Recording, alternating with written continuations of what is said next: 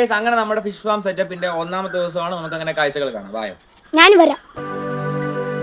Guys, അങ്ങനെ നമ്മൾ ആദ്യം തന്നെ പോകുന്നത് കണ്ടല്ലോ, ഈ കിടക്കുന്ന ചുടുകട്ടയും അതുപോലെ തന്നെ സിമെന്റ് കല്ലും കുറച്ച് വേസ്റ്റുകൾ അങ്ങോട്ടും ഇങ്ങോട്ടും കിടപ്പുണ്ട്. നമുക്ക് ആദ്യം ഇതിനെ ഫുള്ളൊന്ന് ക്ലിയർ ചെയ്യണം കേട്ടോ. അപ്പോൾ നമ്മൾ പകുതി ഭാഗം മാത്രമേ നമ്മൾ ഡേ 1 നമ്മൾ ക്ലീൻ ചെയ്യുന്നുള്ളൂ. ഡേ 2 ഇതിന്റെ ബാക്കി പാർട്ടായിട്ട് നമ്മൾ വരുന്നതായിരിക്കും. അപ്പോൾ നമ്മുടെ ഇന്നത്തെ പരിപാടി ഈ കാണുന്ന ഭാഗം ഫുള്ളൊന്ന് ക്ലീൻ ചെയ്തെടുക്കുക ഗൈസ്. അപ്പോൾ ഞാൻ മാത്രമല്ല ചെയ്യുന്നത്, എൻ്റെ കൂടെ സഹായിക്കാൻ നമ്മുടെ അനിയൻകുട്ടം ഉണ്ട് കേട്ടോ. ആദ്യം എന്നാണ് അവന്റെ പേര്. അപ്പോൾ ഞാനും അവനും കൂടെ നിന്ന് കാര്യങ്ങൾ ചെയ്യുന്നത്. അങ്ങനെ നമ്മൾ ഓരോ സിമെന്റ് വില്ല് എടുത്തുകൊണ്ട് പോകണം. അപ്പോൾ ഞാൻ സിമെന്റ് വില്ല് എടുക്കുന്നു, അവൻ ചുടുകല്ല് എടുക്കുന്നു. അപ്പോൾ നമ്മളെ പണികളെല്ലാം വേഗത്തിൽ കിടക്കണം കേട്ടോ.